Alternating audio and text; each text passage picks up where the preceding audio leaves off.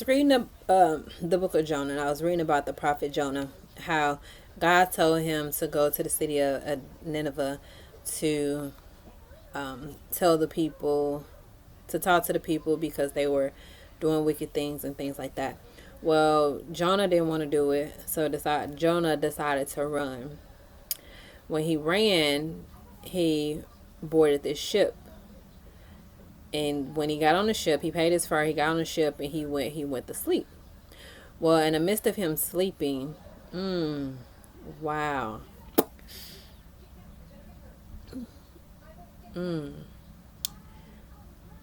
it's important to be watchful. Okay, so in the midst of him sleeping,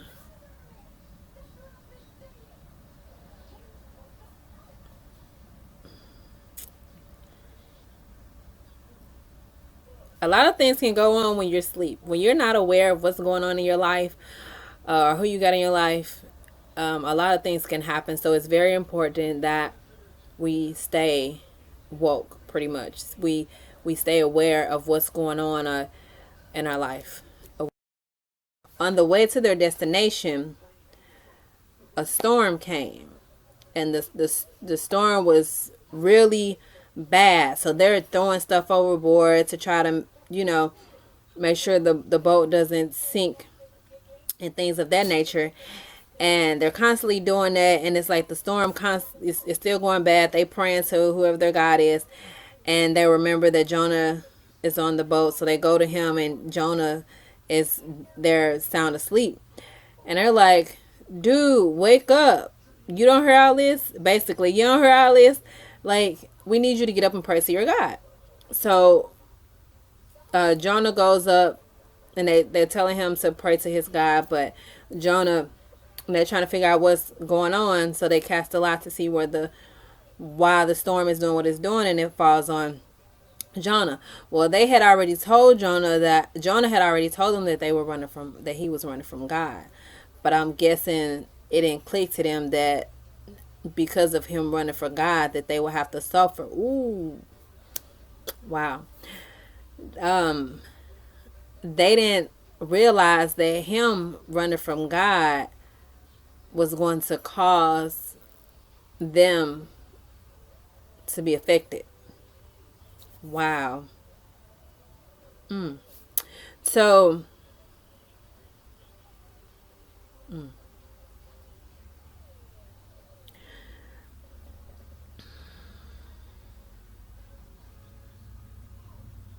wow. How many people are affected by the decisions you have made? Wow. So,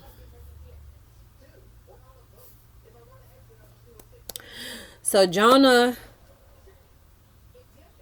a lot of times we don't consider other people when we make choices. When we make decisions, we don't consider those around us. We just do. And we should consider the fact that what we do and don't do affect the ones around us. That's why we need to be wise and make sure that we're doing what it is that God has called us to do. Because if we're not, then there are people around us that's going to get hurt. Ooh.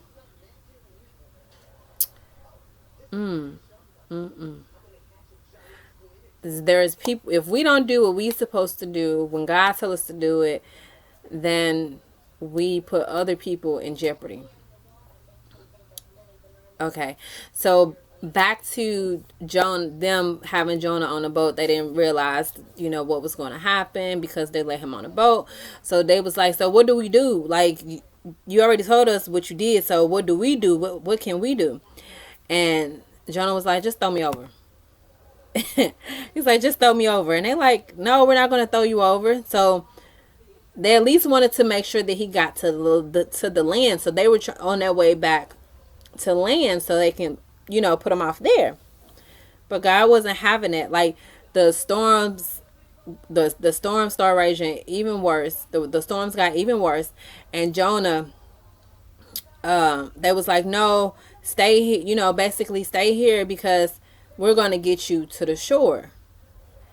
And it's like the more they tried to hold on to him, the worse the storm got. And oh, so and this is what came to mind. We wonder why we go through situations. We wonder why our life is so chaotic. We wonder why we're not going anywhere. And we fail to check our boat. Oh. Because look, after Jonah told, after the lot fell on Jonah, they start asking him all kind of questions like, who are you? Where you come from? Like, why is this happening? They start questioning him like, who sent you? And a lot of times we don't observe our circle or the people that's in our life, and we don't take the necessary steps to find out if that person is for us or not, because that very person that we think is for us is causing hell in our life. It's causing our life to be at a standstill. It's causing a chaos in our life, and we don't know. We just hope, we think we're doing the right thing by holding on to them, but the more we hold on to them, the more chaotic our lives get. But we care about them so much to where we don't want to let them go. So we're willing to ruin our life to hold on to that person that God is telling us to let go.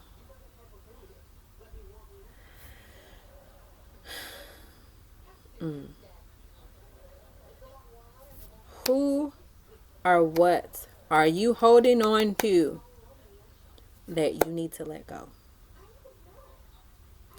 You need to do a self-evaluation and find out who or what that is.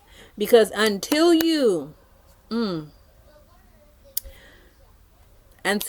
get to the bottom of it, until you find out who it is, until you find out what it is that's holding you back, that's causing all this chaos in your life, you're going to continue to experience chaos. You're going to continue to be at a standstill.